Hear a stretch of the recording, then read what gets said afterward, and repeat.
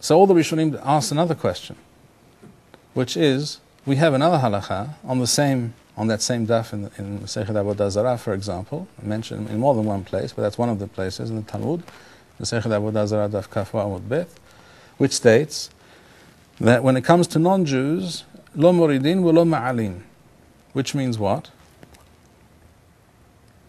As it is explained by the Ramban in the Hidushim to Masechet Makot daf Teth, and as it is explained by other Rishonim, the assumption is, when it comes to a non-Jew whom we do not know, someone we haven't met or we don't know much about him, the assumption is that he does not live according to the Sheva Mitzvot B'nai Noach. He doesn't keep the 7 Noahide laws. And therefore, essentially, this person is Hayav Mitha. He's guilty of a capital offense, whether it's this one or that one, whether it's stealing or adultery or murder or Avodah Zarah or what have you. Avodah Zarah, of course, was perhaps the most common, the most standard, the most ubiquitous Avera, which you could also see with your own eyes, not one of those activities which people tend to do behind closed doors. It was a well-known fact, these people worship Avodah Zarah. So that already, according to the Sheva Mitzvot B'nai Noach, makes that person liable for the punishment of mitha, of being put to death. However, you can't just put a person to death without bringing him before a court. So the Chachamim said, if a person, such a person, a non-Jew that you don't know much about, who therefore is very likely, the assumption is that he's guilty of at least of transgressing at least one of the Sheva Mitzvot B'nai Noach, is in a situation where his life is in danger, and you can either save him or not save him. In other words, he's about to fall off the edge of a cliff or something. You can either, you're there and you're close enough, you can stop this happening, or you can allow it to happen. You're not allowed to go and proactively cause his death, bring about his demise, until he's brought before a court. And the court will decide if he's guilty and how he should be punished. As with any offense, as for a Jew or a non-Jew, you bring him before a court, a Beit Din, and the matter will be looked into, and the decision will be given by the Beit Din. But now there's no Beit Din, and now his life is in danger. You're not supposed to save him from death, nor are you supposed to bring it about. Therefore, you take a neutral, disinterested attitude. En moridin ve'en ma'alin. You don't get involved. You don't save him, and you don't push him over the edge. That's the halacha, again, which is not disputed by any of the posikim. All the Rishonim therefore ask the following question: if it says in one source that non-Jews are not to be saved, not to be killed for the reasons that we explained, how can this statement of Rabbi Shimon ben Yochai say Tov shebagim harog, the best of goyim should be killed? Therefore, the Tosafot explain that this statement of Rabbi Shimon ben Yochai is talking about a situation of war. That generally, as far as I understand, the question was, when we mentioned this halakha earlier in the shiur, if a Jew comes across a non-Jew, and again, this assumption of the halakha is, as we explained, that most non-Jews are guilty of transgressing at least one or more of Sheva Mitzvot B'nai Noach. The halakha, as it appears in all the posikim, based on explicit statements by Chazal, is that if they're in a situation of danger where you can either save them or actually dispatch them actively, you do neither. You do nothing. And you're saying that you have heard somewhere that you should do so if it will cause people to think better of Jews, etc. Well, it's not a halakha in the Talmud, it's not a halakha in the Rambam, it's not a halakha in the Shulchan Aruch, it's not in the Shahak, it's not in the Taz, it's not in the Bach, it's not in the Mishnah Berurah, etc., etc., etc. I can tell you, for example, in Chos Shabbat, the Mishnah Berurah, the Hafetz Chaim, who lived in Tsarist Russia, not a particularly benign government towards the Jewish people,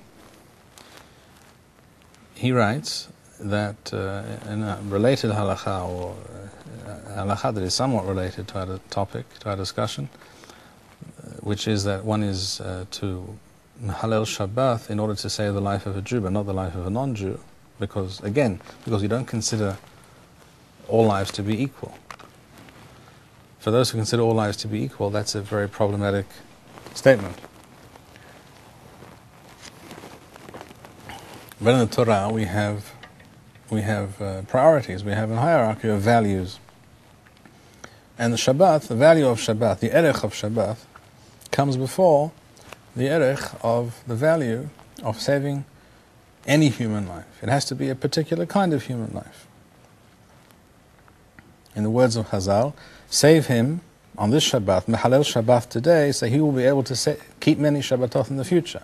In other words, a very subjective halacha. It's not an objective one. There's a human being whose life is in danger. That's true. But that's not the only thing that concerns us. It concerns us. It's not the only thing that concerns us. And it's not always at the top of our list. Again, that's not a humanistic approach.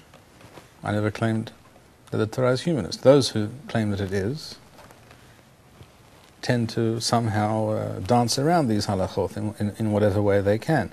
And that is exactly why we find what I'm telling you now. In the Mishnah Brura, the Chafetz Chaim writes explicitly that I do not understand, he says, where these Jewish doctors nowadays that I see in my part of the world, in Russia, where they got the heter to go and travel and perform all kinds of medical procedures on Shabbat for non-Jews, which involve Hilul Shabbat. There's no heter to do such a thing. I don't understand who put this idea into their head that it's mutar. On the other hand, Rav Moshe Feinstein, living some decades later in the United States, a very different place, different society with different ideas and ideals, where the Jews, understandably, that doesn't make it correct, but understandably feel under pressure to conform, to fit in with those ideas, with those standards, with these ideas of equality, and we're all together, humanity's all one big happy family, which, to look around the world and listen to the news and you'll see it's not exactly so, but that's the theory, and the American melting pot, etc., which is also not really so much in vogue today as it was then. But at any rate, Rav Moshe Feinstein in the 1960s writes a tshuva to a Jewish doctor saying that he's allowed to perform all these actions and do these things on Shabbat. And his claim was, because if we don't do that for non-Jews on Shabbat, then they will refuse to treat Jews. Because as a kind of revenge or something like that. Which, by the way, I think is simply unlikely.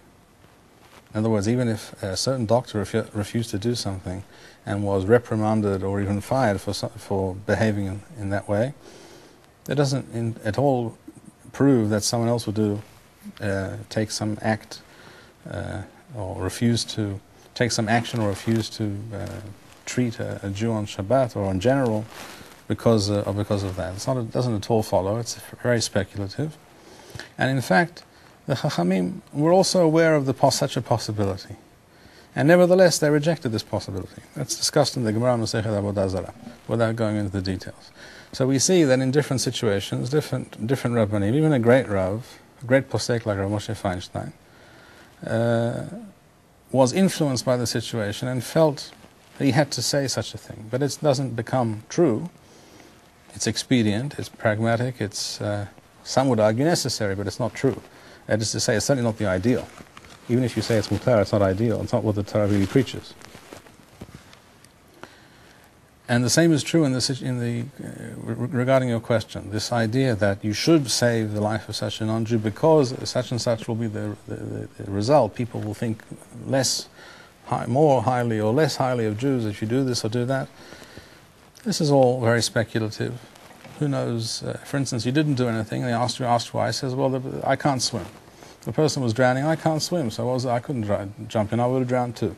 Maybe you're a champion swimmer, but you don't have to tell them that, right? For example. In other words, there are many ways of getting out of that situation and not bringing any retribution upon yourself or other Jews. In other words, these arguments, which, as I say, are not well-founded halachic arguments in any authoritative halachic source, but rather responses in more recent times to a certain set of circumstances, to a certain reality in which Jews found themselves.